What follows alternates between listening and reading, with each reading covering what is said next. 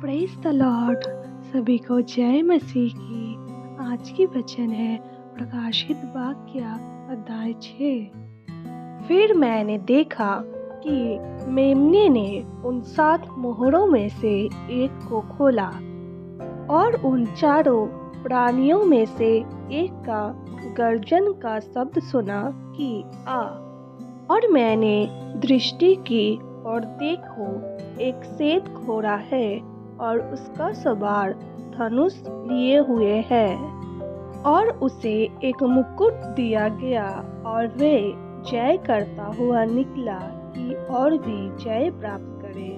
और जब उसने दूसरी मोहर खोली तो मैंने दूसरे प्राणी को यह कहते सुना कि आ।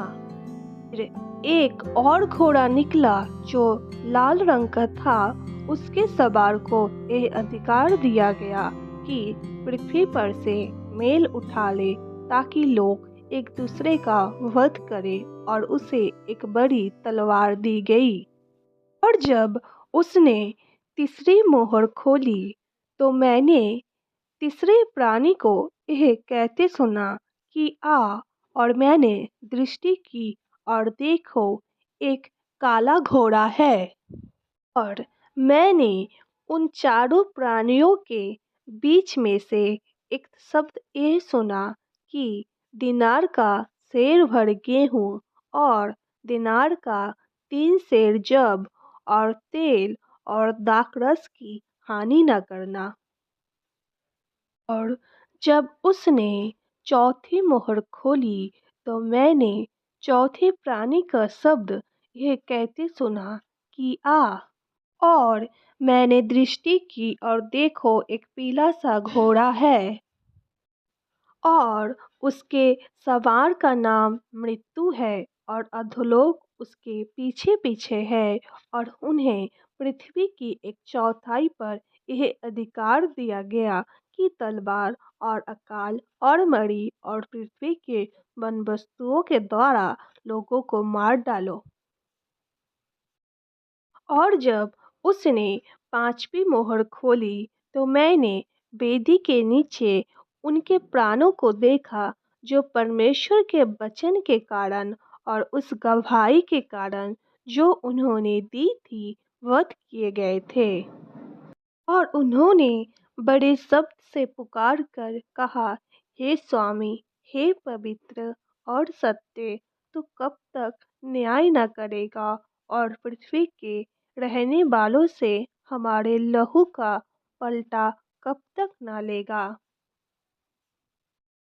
और उनमें से हर एक को श्वेत वस्त्र दिया गया और उनसे कहा गया कि और थोड़ी देर तक विश्राम करो, जब तक कि तुम्हारी संगी दास और भाई जो तुम्हारे नाई वध होने वाले हैं, उनकी भी गिनती पूरी ना हो ले।